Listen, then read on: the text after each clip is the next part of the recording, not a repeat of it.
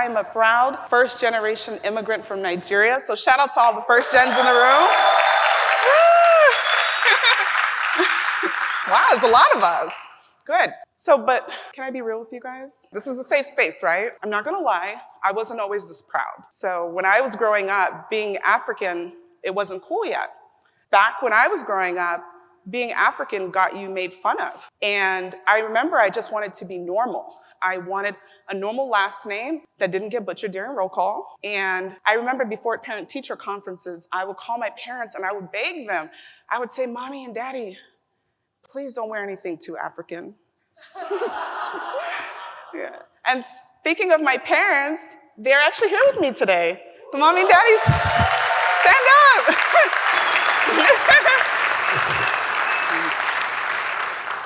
Shout out to my parents. Mommy and Daddy, thank you for everything. My parents came to this country with nothing so that I can be everything. And I'm very grateful for them.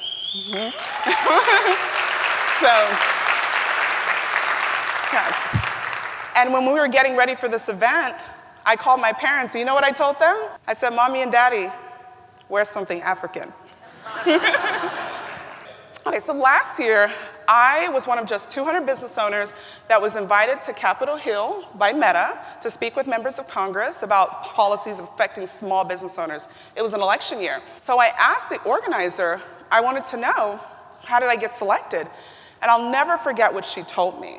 She said, Jen, your background stood out to us. First generation business owner, it caught our attention. And it was really that moment that I realized something. The same parts of me that I was once trying to hide were now opening doors for me. And not only opening doors, but creating lanes with no traffic. So I want you to take a moment and I want you to ask yourself, what part of you are you still hiding? What about your story are you still ashamed of? Because when you get to the bottom of that shame, that's when everything changes. When I was starting my first job out of college, I'll never forget what my dad told me. Be the hardest working person there, get your money, and go home. And not that that's bad advice, but the fact of the matter is that it's incomplete. It's not quite done. There's so many things that we have to do to advocate for ourselves when we get to the workplace so that your hard work is not a secret. So I have 3 go-to self-advocacy strategies that have never failed me in my career when it comes to self-promotion. The first one, I'll break down each and every one to you, and I'll give you an idea of how it looks. The first one is the exciting news method. So this looks something like this. So I finally heard back from the client. I've been working with this client for 5 months now, and thanks to my hard work and my perseverance, the client decided to hire our firm for their global rebranding project. You're telling your team what you've accomplished. You're letting them know all the behind the scenes and how you contributed to that. You can package your self-promotion, your advocacy as exciting news to your team. That's number one. Now, the second method is process improvement. I'll show you what that looks like. So I've come up with a perfect way to streamline our record-keeping process to do it in less than half the time. Here's what it looks like. Okay? You're adding value to the team by solving a problem, making something easier, making it more efficient, saving them money. That's how you advocate for yourself. And then the last one is a status update. I'd like to give an update on what my team has been working on over the last few weeks. The good news, we're ahead of schedule. Thanks to my leadership, we were able to accomplish A, B, and C. And because of that, we were able to increase revenue. I'll give you an update on that next week. You don't wait to be asked what you're doing. You don't wait for people to give you the opportunity to brag about yourself.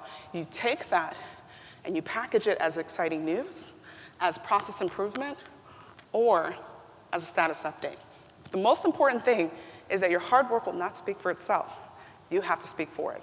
When we go to the workplace and we have this mentality that we have to stick together, I walk to the workplace, I'm looking for all the women that look like me, I'm looking for people who speak my language, we all come from the same background, same neighborhood, same tribe, whatever. And that's not necessarily a bad thing, right? But as a leader, you want to keep in mind that you want to be seen as a leader for all people, not just your people. So as leaders of color, yes, we stick together and we support each other, but that doesn't mean that we're not forming strategic alliances And that means relationships at all levels of the organizations with people that have all different types of backgrounds. Because at the end of the day, in order to get higher up, you have to show that you are somebody who can thrive in all environments, not just environments where people that look like you. So that's another myth, is that we have to stick together. Sticking together is wonderful, right? But we have to be comfortable going to those happy hours and going to those networking events and things that might feel awkward and uncomfortable, because guess what? That's a lot of times where those promotion decisions are happening. That's where they're talking on the golf course.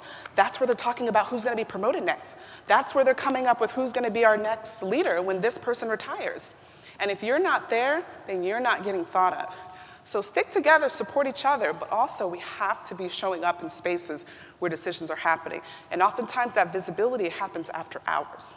As we close out today, I want you guys to reflect on the parts of your stories that you're still ashamed of, those things that you're still trying to hide. Because the truth is, it's often those things that you're trying to hide that are going to make you the most unforgettable. So I also want you guys to keep in mind this, that as leaders of color, we carry more than just job titles. We carry legacies. We carry the hopes and dreams of our ancestors, the people that came before us. And we're also paving the way for the future generation to come. So with that, ALPFAMILIA, I wish you guys all well. Stay in touch, and let's keep the momentum going.